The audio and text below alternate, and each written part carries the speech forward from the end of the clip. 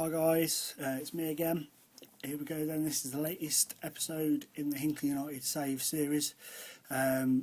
Hinckley are now in the Championship, so that's what we're going to focus on in this first part of a two-parter. It's going to be about Hinckley and the new season in the Championship, going through the new signings and the fixtures and results so far. First of all, if you'll notice up in the top left-hand corner, the name of manager is now Paul Howarth and not David Grody. People on Twitter already know this, but I'll give you a quick update in case you don't follow me on there. David Grody is a manager I made it when I was about 10, when I first started playing management games, because a 10-year-old as a manager is ridiculous. So, I used to do it on all football games, not just manager games. I was probably too young for manager games at 10, but all football games, if you put the manager's name in, it was always David Grody. So I've carried on with that in my advanced years. I used to play football a while back, knock the ball around. I came through a youth team, never made it due to injuries and stuff. But so football manager's a way of reliving the dream. So I'm one of these people who puts themselves in the game, sad as it may be. That's just our role. And then when the player retires, I then start as the manager and retire David Grody, which was the plan on this one, but something changed the layout of it.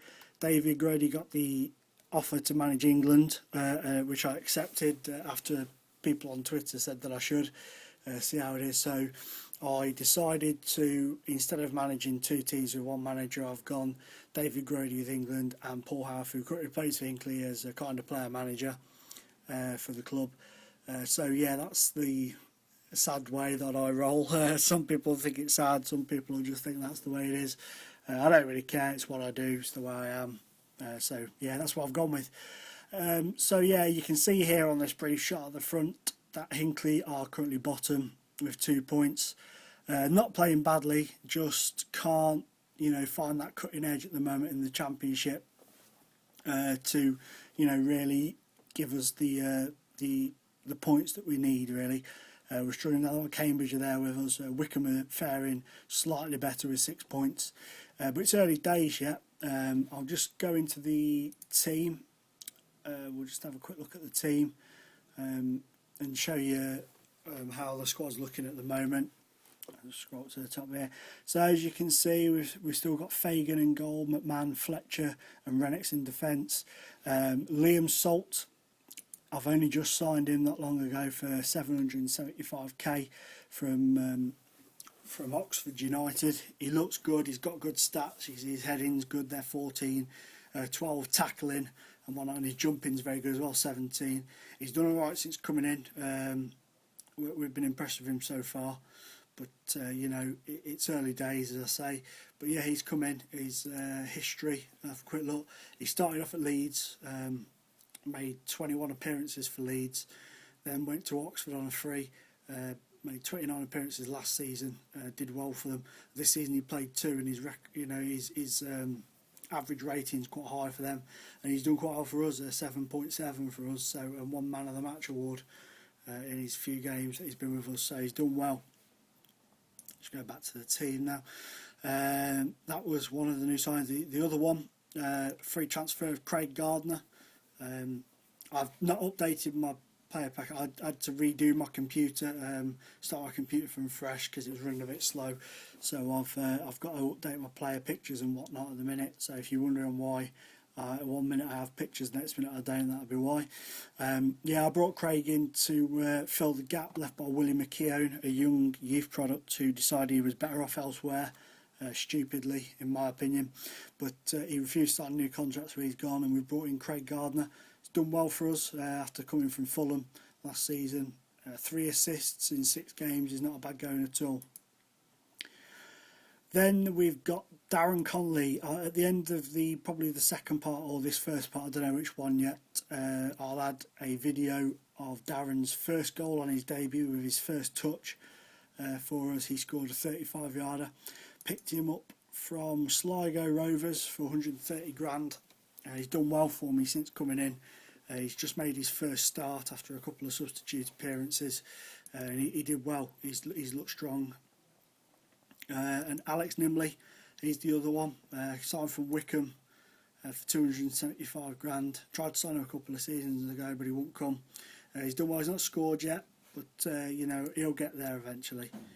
And as far as new signings go, I'm pretty sure that's your lot for new signings for us so far. Oh no, Anthony Melbourne, sorry. Signed from Kidderminster, finishing 17, looks good. He came on a free transfer. As you can see here, his goal scoring records have been fantastic for them, so I've took the chance on him. Like I said, I did want to sign him a while back, but he wouldn't come to me. But now we're a Championship club, suddenly changed his mind. So not too much of a risk on a free transfer, just wages we're sending out on him. So yeah, that's the team, guys. So just have a quick look at the fixture list.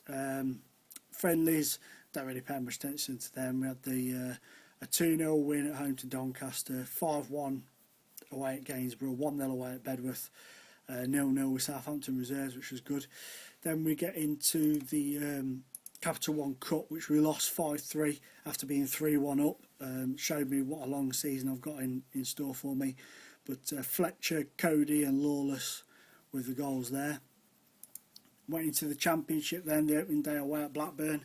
2-0 down, we managed to pull it back to 2-2 with 2 goals from Martin Lawless. But inevitably they banged 2 in very quickly to make it 4-2, and we couldn't get back into it after that. The second league game, our first home game, when I say home, we're sharing the Ricoh Arena again. This is the second time we shared the Ricoh Arena. 3rd season in a row we've had to share a ground up until January because of refurbishments to get the ground up to scratch. They went 2-0 up. We fought back with goals from Lawless and then substitute Darren Connolly with that superb goal.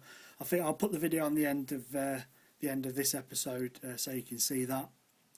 Then we went away to Sunderland and got turned over 3-1. We didn't play badly. They just had a much better quality than us. Lawless again with the goal for us.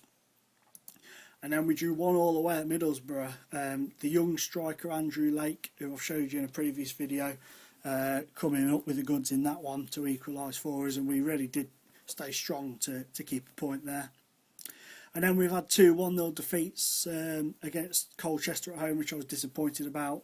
That was an own goal from Paul Morley, as you can see there. Very disappointed with that one, as we need to beat those sort of teams in and around us. And then Watford, our last game, we lost 1-0. Again, didn't play badly. We're just not scoring at the minute, and you know, that's a concern.